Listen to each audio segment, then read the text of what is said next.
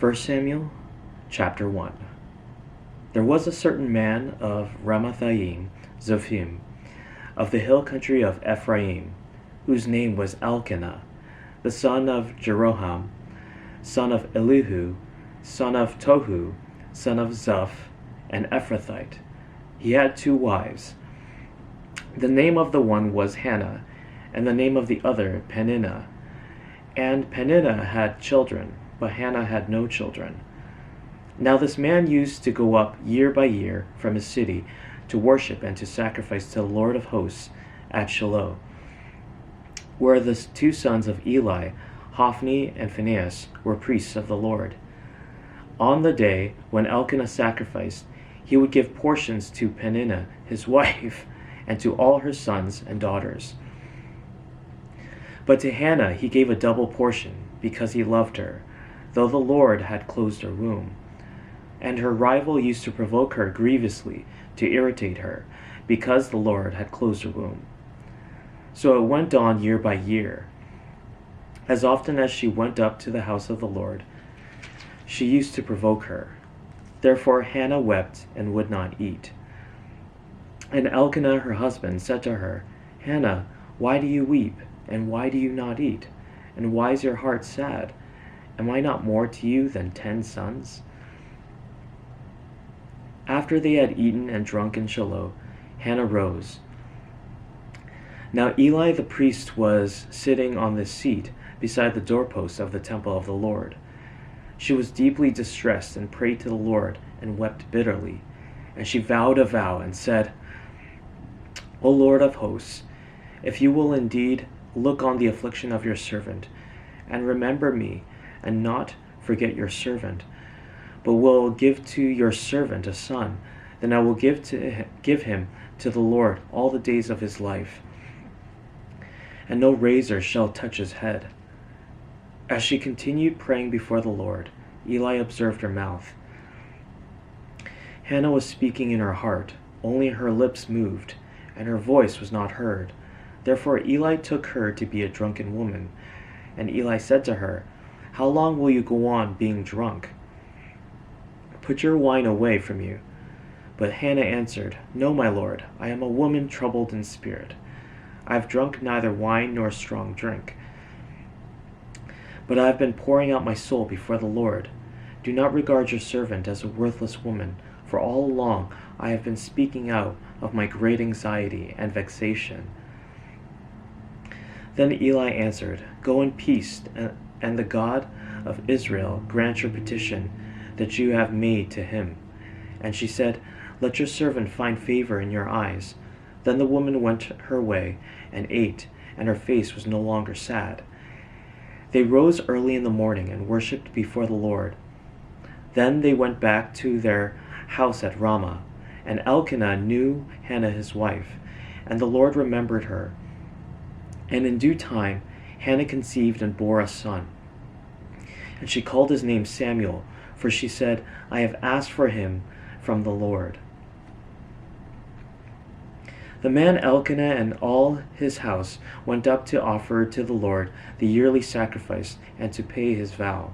But Hannah did not go up, for she said to her husband, As soon as the child is weaned, I will bring him, so that he may appear in the presence of the Lord and dwell there forever. Elkanah her husband said to her, Do what seems best to you. Wait until you have weaned him. Only may the Lord establish his word. So the woman remained and nursed her son until she weaned him. And when she had weaned him, she took him up with her, along with a 3-year-old bull, an ephah of flour, and a skin of wine, and she brought him to the house of the Lord at Shiloh. And the child was young. Then they slaughtered the bull, and they brought the child to Eli. And she said, O my lord, as you live, my lord, I am the woman who was standing here in your presence, praying to the Lord. For this child I prayed, and the Lord has granted me my petition that I made to him. Therefore I have lent him to the Lord. As long as he lives, he is lent to the Lord. And he worshipped the Lord there. And Hannah prayed and said, My heart exults in the Lord. My horn is exalted in the Lord. My mouth derides my enemies, because I rejoice in your salvation. There is none holy like the Lord, and there is none besides you. There is no rock like our God. Talk no more so very proudly. Let not arrogance come from your mouth. For the Lord is a God of knowledge, and by him actions are weighed. The bows of the mighty are broken, but the feeble bind on strength. Those who are full have hired themselves out for bread, but those who are hungry have ceased to hunger. The barren has borne 7, but she who has many children is forlorn. The Lord kills and brings to life. He brings down to Sheol and raises up. The Lord makes poor and makes rich. He brings low and he exalts. He raises up the poor from the dust. He lifts the needy from the ash heap to make them sit with princes and inherit a seat of honor. For the pillars of the earth are the Lord's, and on them he has set the world. He will guard the feet of his faithful ones, but the wicked shall be cut off in darkness. For not by might shall a man prevail. The adversaries of the Lord shall be broken to pieces. Against them he will thunder in heaven. The Lord will judge the ends of the earth. He will give strength to his king, and exalt the horn of his anointed. Then Elkanah went home to Ramah, and the boy was ministering to the Lord in the presence of Eli the priest. Now the sons of Eli were worthless men. They did not know the Lord. The custom of the priests with the people was that when any man offered sacrifice, the priest's servant would come while the meat was boiling, with a 3-pronged fork in his hand, and he would thrust it into the pan or kettle or cauldron or pot. All that the fork brought up, the priest would take for himself. This is what they did at Shiloh to all the Israelites who came there. Moreover, before the fat was burned, the priest's servant would come and say to the man who was sacrificing, "Give meat for the priest to roast, for he will not accept boiled meat from you, but only raw." And if the man said to him, "Let them burn the fat first, and then take as much as you wish," he would say, "No, you must give it now, and if not, I will take it by force." Thus the sin of the young men was very great in the sight of the Lord, for the men treated the offering of the Lord with contempt. Samuel was ministering before the Lord, a boy clothed with a linen ephod, and his mother used to make for him a little robe and take it to him each year when she went up with her husband to offer the yearly sacrifice. Then Eli would bless Elkanah and his wife and say, "May the Lord give you children by this woman for the petition she asked of the Lord." So then they would return to their home. Indeed, the Lord visited Hannah, and she conceived and bore 3 sons and 2 daughters. And the boy Samuel grew in the presence of the Lord. Now Eli was very old, and he kept hearing all that his sons were doing to all Israel, and how they lay with the women who were serving at the entrance to the tent of meeting. And he said to them, "Why do you do such things? For I hear of your evil dealings from all these people. No, my sons, it is no good report that I hear the people of the Lord spreading abroad. If someone sins against the man, God will mediate for him. But if he sins against the Lord, who will intercede for him?" But they would not listen to the voice of their father, for it was the will of the Lord to put them to death. Now the boy Samuel continued to grow both in stature and in favor with the Lord, and also with man. And there came a man of God to Eli and said to him, "Thus says the Lord, did I indeed reveal myself to the house of your father when they were in Egypt, subject to the house of Pharaoh? Did I choose him out of all the tribes of Israel to be my priest, to go up to my altar, to burn incense, to wear an ephod before me? I gave to the house of your father all my offerings, by fire the people of Israel. Why then do you scorn my sacrifices and my offerings that I commanded for my dwelling, and honor your sons above me by fattening yourselves on the choicest parts of every offering of my people Israel? Therefore the Lord, the God of Israel, declares, I promised that your house and the house of your father should go in and out before me forever.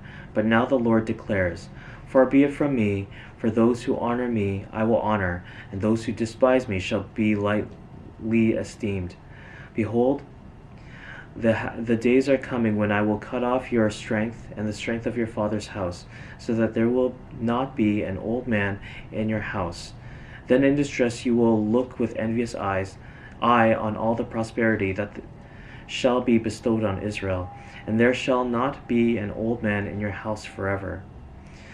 The only one of you whom I shall not cut off from my altar shall be spared to weep his eyes out to grieve his heart, and all the descendants of your house shall die by the sword of men. And this shall come upon your 2 sons, Hophni and Phinehas, shall be the sign to you. Both of them shall die on the same day, and I will raise up for myself a faithful priest, who shall do according to what is in my heart and in my mind, and I will build him a sure house, and he shall go in and out before my anointed forever. And everyone who is left in your house shall come to implore him for a piece of silver or a loaf of bread, and shall say, Please put me in one of the priest's places, that I may eat a morsel of bread. Chapter 3.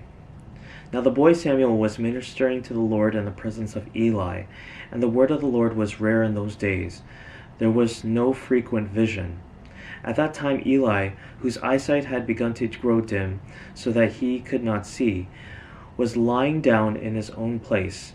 The lamp of God had not yet gone out, and Samuel was lying down in the temple of the Lord, where the ark of God was. Then the Lord called Samuel, and he said, Here I am, and ran to Eli and said, Here I am, for you called me. But he said, I did not call, lie down again. So he went and lay down. And the Lord called again, Samuel. And Samuel rose and went to Eli and said, Here I am, for you called me. But he said, I did not call, my son, lie down again. Now Samuel did not yet know the Lord, and the word of the Lord had not yet been revealed to him. And the Lord called Samuel again the 3rd time, and he arose and went to Eli and said, Here I am, for you called me. Then Eli perceived that the Lord was calling the boy. Therefore Eli said to Samuel, Go, lie down, and if he calls you, you shall say, Speak, Lord, for your servant hears. So Samuel went and lay down in his place. And the Lord came and stood, calling as to other times, Samuel, Samuel. And Samuel said, Speak, for your servant hears. Then the Lord said to Samuel, Behold, I am about to do a thing in Israel, at which the 2 ears of everyone who hears it will tingle. On that day I will fulfill against Eli all that I have spoken concerning his house, from beginning to end.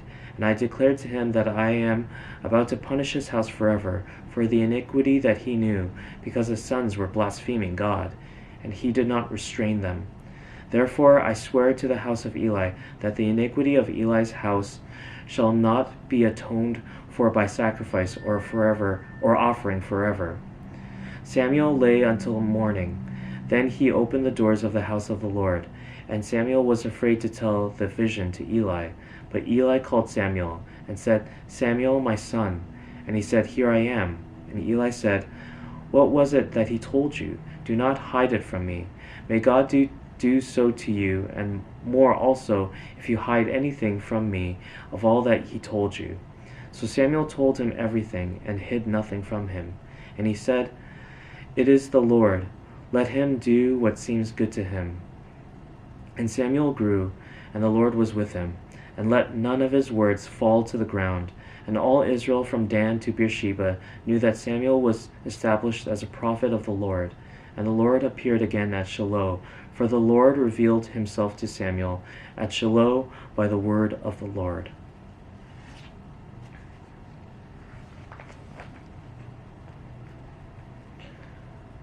Psalm chapter 78.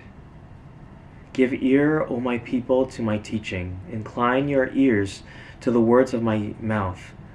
I will open my mouth in a parable. I will utter dark sayings from of old, things that we have heard and known, that our fathers have told us. We will not hide them from our children, but tell to the coming generation the glorious deeds of the Lord, and his might and the wonders that he has done.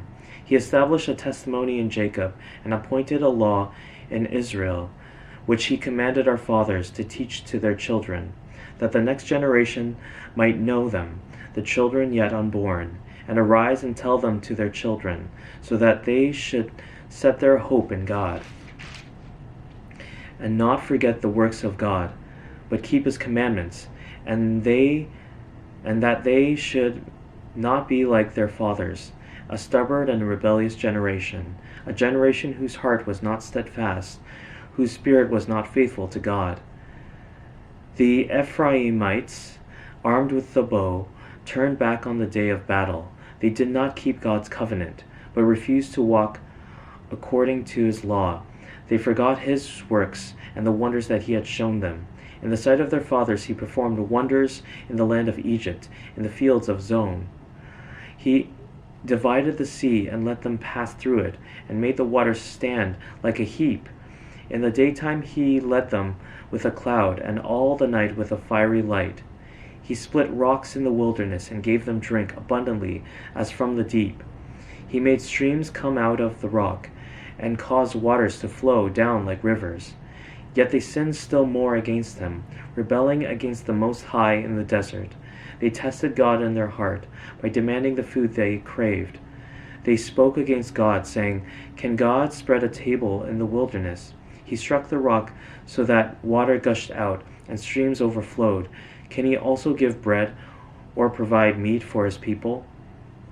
Therefore, when the Lord heard, he was full of wrath. A fire was kindled against Jacob. His anger rose against Israel, because they did not believe in God, and did not trust his saving power. Yet he commanded the skies above, and opened the doors of heaven, and he rained down on them manna to eat, and gave them the grain of heaven. Man ate of the bread of the angels. He sent them food in abundance. He caused the east wind to blow in the heavens, and by his power he let out the south wind. He rained meat on them like dust, winged birds like the sand of the seas, and he let them fall in the midst of their camp, all around their dwellings, and they ate and were well filled, for he gave them what they craved. But before they had satisfied their craving, while the food was still in their mouths, the anger of God rose against them, and he killed the strongest of them, and laid low the young men of Israel. In spite of all this, they still sinned. Despite his wonders, they did not believe.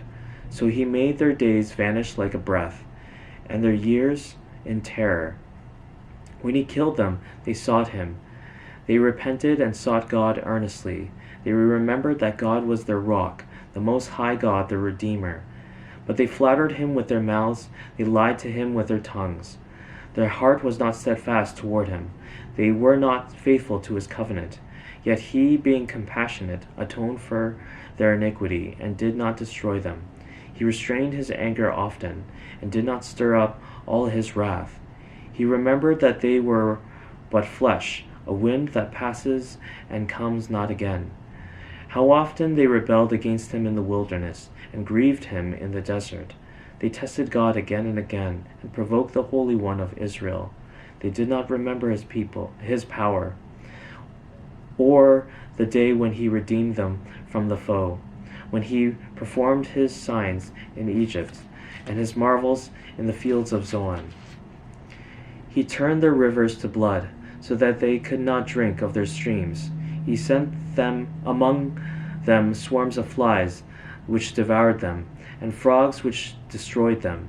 He gave their crops to the destroying locust, and the fruit of their labor to the locust. He destroyed their vines with hail, and their sycamores with frost. He gave over their cattle to the hail, and their flocks to thunderbolts. He let loose on them his burning anger, wrath, indignation, and distress, a company of destroying angels. He made a path for his anger. He did not spare them from death, but gave their lives over to the plague. He struck down every firstborn in Egypt, the firstfruits of their strength, in the tents of Ham. Then he led out his people like sheep, and guided them in the wilderness like a flock. He led them in safety so that they were not afraid. But the sea overwhelmed their enemies, and he brought them to his holy land, to the mountain which his right hand had won. He drove out nations before them. He apportioned them for a possession, and settled the tribes of Israel in their tents. Yet they detested and rebelled against the Most High God, and did not keep his testimonies, but turned away and acted treacherously like their fathers. They twisted like a deceitful bow, for they provoked him to anger with their high places. They moved him to jealousy with their idols. When God heard, he was full of wrath, and he utterly rejected Israel. He forsook his dwelling at Shiloh, the tent where he dwelt among mankind, and delivered his power to captivity, his glory to the hand of the foe. He gave his people over to the sword, and vented his wrath on his heritage. Fire devoured their young men, and their young women had no marriage song. Their priests fell by the sword, and their widows made no lamentation. Then the Lord awoke as from sleep, like a strong man shouting because of wine, and he put his adversaries to rout. He put them to everlasting shame. He rejected the tent of Joseph. He did not choose the tribe of Ephraim, but he chose the tribe of Judah, Mount Zion, which he loves. He built his sanctuary like the high heavens, like the earth which he has founded forever. He chose David his servant, and took him from the sheepfolds.